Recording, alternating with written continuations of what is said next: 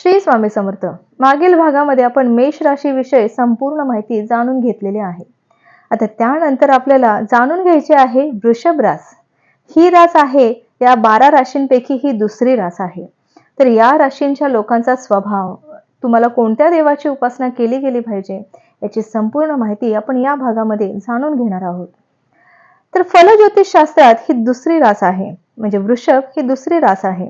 या राशीत कृतिका नक्षत्राची शेवटची 3 चरणे, रोहिणी नक्षत्राची 4 चरणे व मृग नक्षत्राची पहिली 2 चरणे येतात. ई, उ, ए, ओ, वा, वी, वू, वे, वो ही चरण नक्षत्र आहेत. म्हणजे या राशींच्या लोकांचं शक्यतो या जर अक्षरावरून नाव ठेवलं तर या राशींना खूपच ते शुभदायी फल देणारं असतं. वृषभ रास ही भूमी म्हणजे पृथ्वी तत्वाची, स्त्री स्वरूपाची, वैश्य वर्णाची, मृदू स्वभावाची, रजोगुणी रास आहे.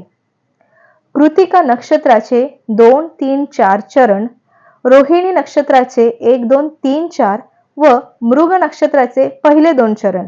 या नक्षत्राचा आकार आकाशात बैलासारखा दिसतो, म्हणूनच या राशीला वृषभ रास असं म्हटलं जातं. ही रास बहुप्रसव आहे.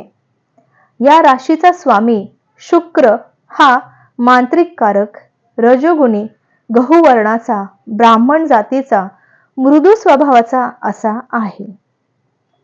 या राशींचा अमल मान, घसा, कंठ व नेत्रावर आहे. वृषभ राशींच्या व्यक्तींचा बांधा साधारण ठेंगणा, छाती, पाठ, तोंड, खांदे, मांड्या ही मोठ्या असतात. नाक, तोंड हे अवयव अत्यंत रेखीव व सुंदर असतात. स्वभावाने ही माणसं दयाळू, विलासप्रिय, अधिकारी, क्षमाशील, पुष्कळ मित्र परिवार असलेले, किंचितच आळशी या विषयी असतात. वृषभ राशींचे लोक रात्रंदिवस बैलाप्रमाणे सतत कष्ट उपसत असतात. त्यांचे श्रेय मात्र दुसऱ्यांनाच मिळते. त्यांच्या नशिबात कष्टच फार लिहिलेले असतात. सर्वांचं करून शेवटी शिव्याच खायची ह्या लोकांना, म्हणजे वृषभ राशींच्या लोकांना येते. ह्यांना चांगुलपणा क्वचितच माहीत असतो आणि चांगुलपणा हा क्वचित मिळतो सुद्धा. हे आयुष्यात कोणत्याही गोष्टीचा बारकाईने कधीही विचार करत नाहीत. म्हणजे कोणतीही गोष्ट अगदी बारकाईने जरी विचार करायची ठरवली तरी ह्या लोकांनी तरीही ते करू शकत नाहीत, कारण की यांचा स्वभावच असा आहे. कोणत्याही निर्णय ते अगदी घिसघाईने घेतात.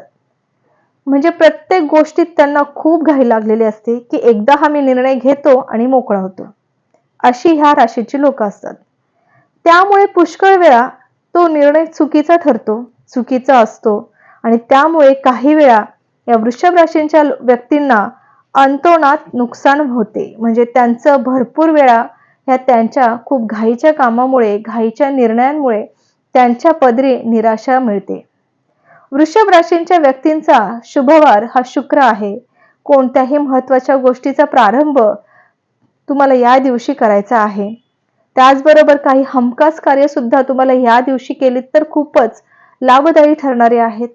या व्यक्तींनी हिरा अंगठीत वापरायचा आहे आणि यांची उपास्य देवता शुक्र, म्हणजे देवी पूजन, भाग्योदयासाठी शुक्रवारी उपवास करणं, त्याचबरोबर देवीचं नामस्मरण करणं, देवीची सातत्याने पूजा अर्चा करणं, देवीला गजरा, फुलं, वेणी वाहणं, त्याचबरोबर देवीचे सप्तशक्तीचे पाठ सतत करत राहणं, देवीच्या शुक्रवारी खणा नारळानं ओटी भरणं किंवा एखाद्या सवाशीण बाईला भोजन देणं किंवा सवासणीचं लेणं देणं किंवा आलेली कोणती जर गृहिणी घरात आलेली असेल तर तिचं अगदी पाहुणचार करणं, असे ह्या वृषभ राशींच्या लोकांनी केलं गेलं पाहिजे.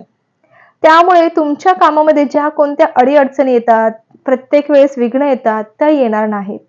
म्हणजे वृषभ राशींच्या लोकांना जास्तीत जास्त देवीची उपासना, पूजा अर्चा करायची आहे आणि शुक्रवार हा त्यांच्यासाठी खूप लाभदायी असा दिवस आहे. त्यामुळे जर तुम्ही शुक्रवारी देवीचा उपवास करत असाल, खणा नारळाने ओटी भरत असाल तर आलेलं संकट हे अगदी त्वरितच नाहीसं होणार आहे. त्याचबरोबर वृश्चिक राशींच्या लोकांना अगदी एक 3 मंत्र आहेत. ते 3 मंत्र सातत्याने जाप करायचे आहेत. जसा वेळ मिळेल तसा जाप केला तरीही चालणार आहे. किमान दिवसातून एक माळ 108 वेळा जाप करायचा आहे.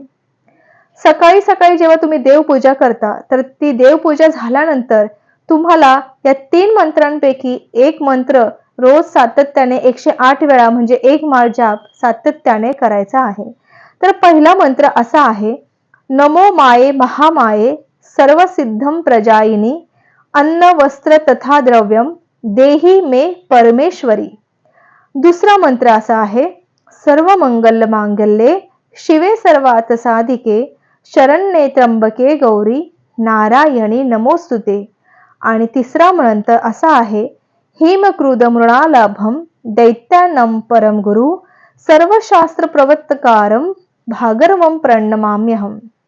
हे 3 मंत्र आहेत. या तिन्ही मंत्रांपैकी एक जरी तुम्ही मंत्राचा 108 वेळा जाप करताय किंवा एक माळ जाप करताय, तर तुम्हाला तुमच्या जीवनामध्ये खूप आमूलाग्र बदल घडताना दिसून येतील. कारण की प्रत्येक गोष्टीला काहीतरी लिमिट्स असतात, म्हणजे प्रत्येक गोष्टीमध्ये काहीतरी मर्यादा असतात. आपण खूप सारे प्रयत्न करतो, खूप सारे हे कामांना प्राधान्य देतो, सतत कामामध्ये व्यस्त असतो, काम करत राहतो, पण यश काय हाती येत नाही. कारण की प्रत्येक कामाला, प्रत्येक वेळेला तो वेळ येणं खूप महत्वाचं आहे, किंवा ती एक वेळ किंवा तो एक काळ येणं खूप महत्वाचं आहे. त्या ठराविक काळेला किंवा त्या ठराविक वेळेलाच तुमची जी अडकलेली कामं आहेत ती पूर्ण होणार आहेत. आणि जेव्हा तुम्हाला याची प्रचिती येईल, तेव्हा तुम्ही स्वतःहूनच हे मंत्र जाप कराल किंवा देवीची उपासना कराल किंवा मनोभावे तुम्ही देवीला प्रार्थना कराल. ह्या सगळ्या गोष्टी ठराविक वेळेतच होतात. त्यामुळे वृषभ राशीच्या लोकांना माझं सांगणं इतकंच आहे, की तुम्हाला काहीही जमलं नाही तरी किमान हे जे 3 मंत्र आहेत, त्या 3 मंत्रांपैकी एक मंत्राचा जाप रोज सातत्याने करा.